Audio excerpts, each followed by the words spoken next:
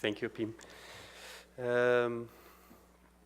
I will tell about the initiatives taken by people from Hizmet movement in Holland, but I will also tell the critics and the question marks people have on Hizmet in Holland as well, and where do they come from, and how we had answered all those critics. I will start with the history and reputation of the Islam in the Netherlands. The Netherlands was very famous of being a very liberal country, especially towards different ideas, religions, and different peoples. This has changed very slowly around the beginning of the new millennium. People started to say that the idea of multiculturalism has come to an end. It had to do with not only 9/11, it was even before that, people found that the contribution of the foreign workers which were increasing all the time in the 90s, was not positive anymore. They put some question marks about the existence of so many foreign workers. All the problems they saw with these foreign workers, they attributed it to eventually to the Islam itself. Some of the politicians started to indicate as a root cause of all the problems they had or we had in the society. This resistance they had came from the belief that the basic values of Western society, such as equality, freedom, and the separation between church and state, was not compatible with the Islamic way of life. In 1997, later to be a politician, a very famous politician, Pim Fortuyn. At that time he was a professor. He has written all these ideas in a book-length pamphlet with the title Against the Islamization of Our Culture. So he rewrote this in 2001 again. When he was murdered in 2002 by an animal rights activist, people saw this as a sign of that his idea of incompatibility between Islam and Western culture, that it was correct, even though he was murdered by a leftist animal rights activist. But in 2004,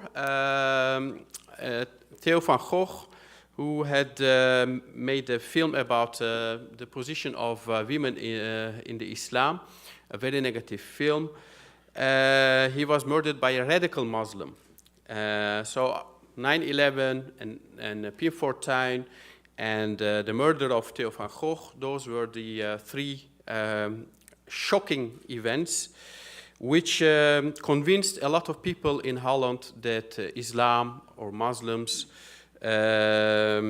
Islam especially, was not compatible with the Western values. And Muslims, instead of integrating, that they were isolating themselves, and the Islam was the reason. So because the majority of the Muslims in Holland are from Turkish origin, and secondly as Moroccan, everything Turks did were looked at with some suspicion after that. So that was kind of a turning point.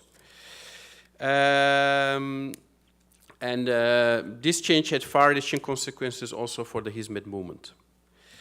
Now about the Hizmet movement, it has started in Holland very early, in 1970s. Gülen came to Germany and saw the workers, the Turkish workers, who were then guest workers in Germany and in Holland. He saw that the workers were acting also accordingly as a guest, which means they weren't organized, they weren't participating, they didn't invest in the education of their children. So most of the children were working instead of going to school. So he called the workers to organize themselves, to invest in education, and to participate in the society. In the late 70s, someone who got inspired by Gülen came from Turkey to Holland, and he started to promote these ideas and calling people to start with educational centers, to organize themselves, etc. In the 80s, people who listened to him and people who went to Turkey and listened to the preachers of Mr. Gülen start to organize themselves. And the first educational centers were opened in the first part of 80s. And it improved from that. They opened dormitories for students, and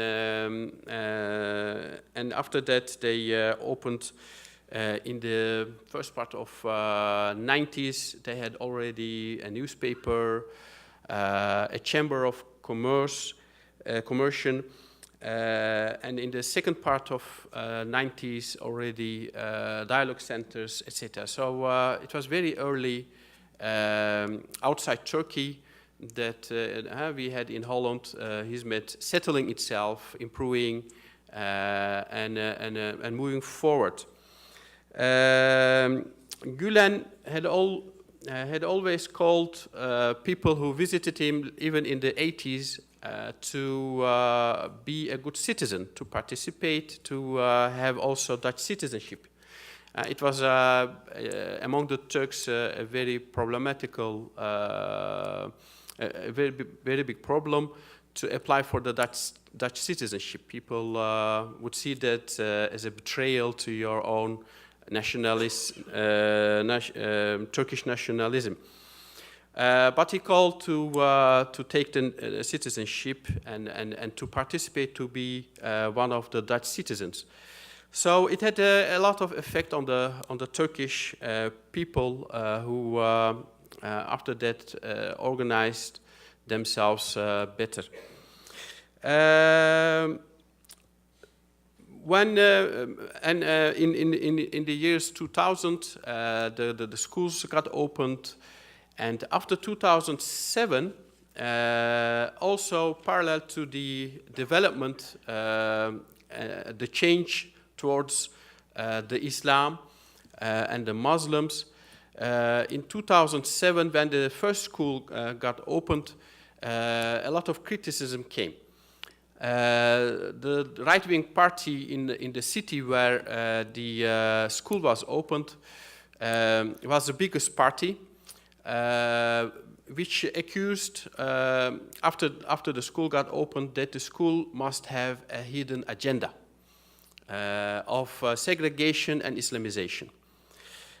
In 2000, the municipality had made an investigation and answered this accusation that it wasn't true, that they know these people so long, from the 70s on, so they didn't think that this was correct, this was true.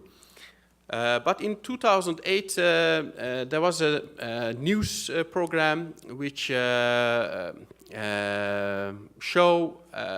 which had shown the same critic through some children, telling some of those critics, etc.